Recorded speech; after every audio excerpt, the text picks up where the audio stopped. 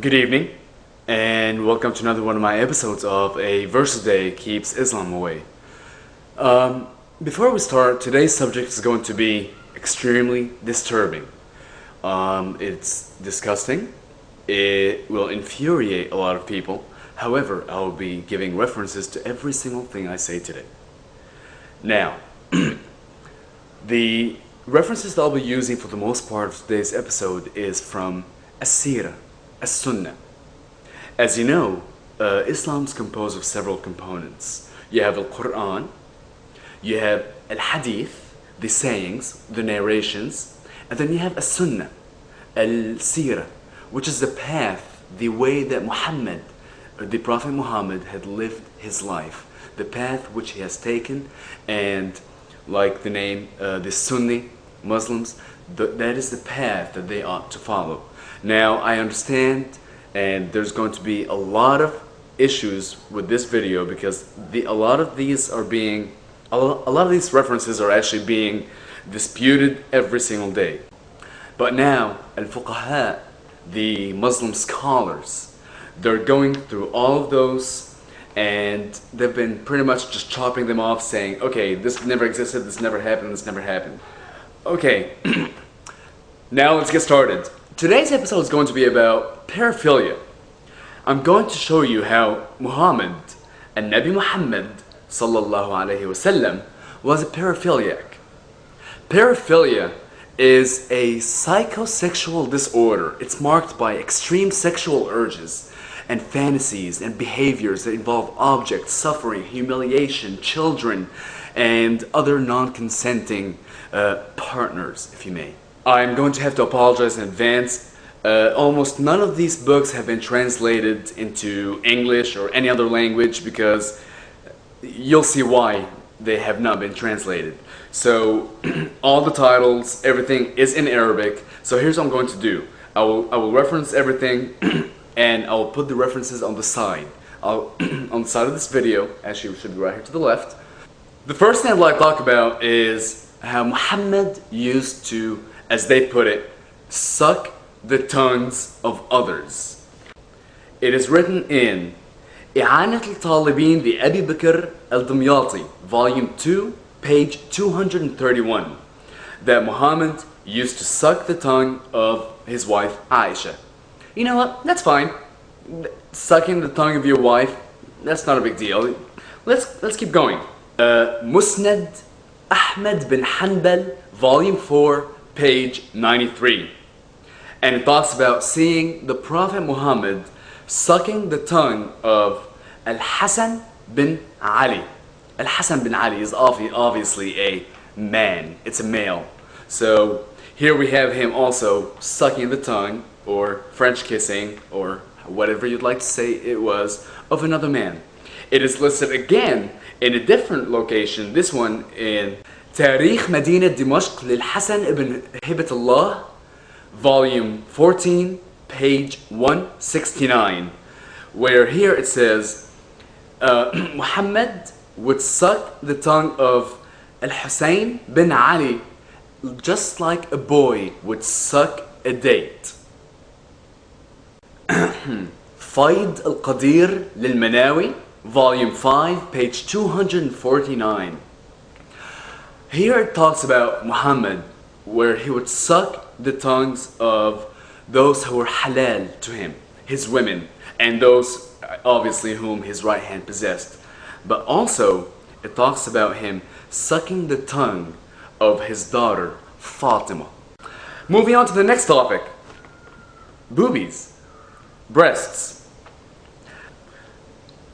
Bihar al-Anwar lil-Baqari, Volume 43, page 42, and Munaqib al-Abi Talib li-Ibn Shahr Ayyub, Volume 3, page 114, and Al-Lam'a al-Bayda lil-Tabrizi al-Ansari, page 53, where it talks about the Prophet Muhammad used to not be able to go to sleep every day until he would place his face into his daughter Fatima's chest and rub and kiss between her breasts. The third thing I'd like to go to is Aisha, where he married her at the age of 6 and, took her at the age of 9. And if we want to discuss, if we want to talk about that, this is located, actually, this is in Hadith as well. Sahih al-Bukhari, volume 5, page 1973, where it does talk about, him marrying her at 6 and taking her at 9. However, I'd like to talk about him liking even younger girls. In Musnad Ahmed bin Hanbal, volume 6, page 338. Al-Rasul, the Prophet Muhammad, had entered upon their house and saw the daughter of Abbas. And upon seeing her, and she was at the age of weaning. Okay? The Prophet Muhammad had said that if she were to become of age, when she becomes of age and if he were still alive, he wants to marry her. So here's a baby at the age of weaning, and he's looking at her and saying, once she's a little more mature, I want her. Moving on to the next one is Mujamma Zawaid lil-Haythami, volume 4, page 276.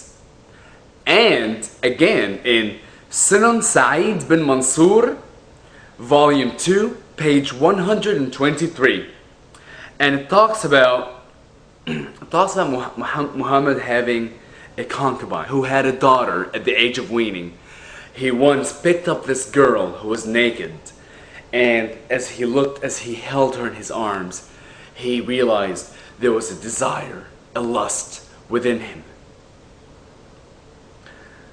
The last subject I'd like to go to is, as if it hasn't been bad enough, is necrophilia.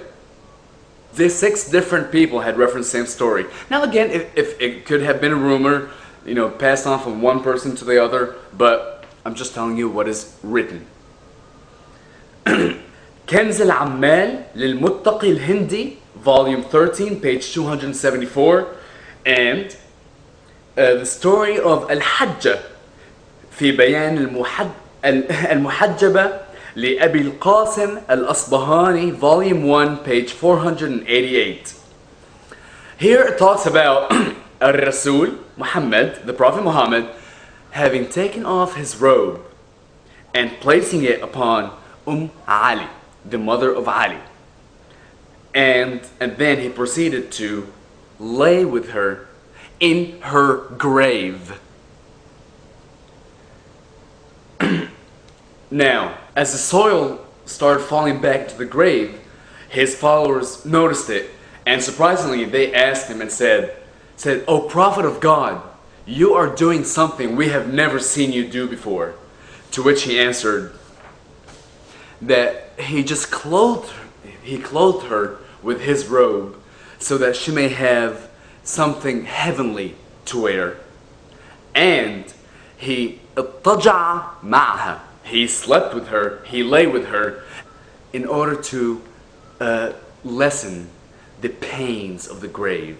Because whenever you're buried, there's pains that you experience, apparently. This was mentioned 6 times. However, the whole topic of necrophilia, the whole topic of being able to sleep with a dead woman, wat al-mayyita, is actually mentioned 16 different locations, in 16 masadir, 16 references, such as Hawashi Sharwani, volume 1, page 263. The funny thing is, I think we've all heard the story of how after a man performs the ablution, al-wudu, there are 3 things that if he touches, it will make him unholy, unclean, and he must clean himself again before prayer, which is a black dog, a donkey, and a woman. However, in these references, it talks about wutu al-mayyita. If you lay with a dead woman, it does not make you unclean. Your salah will be accepted because you're clean. However, you become najas, you become dirty and vile if you touch a living woman. This is making me sick. I think I've had enough for tonight. Thank you for joining, and I'll see you later.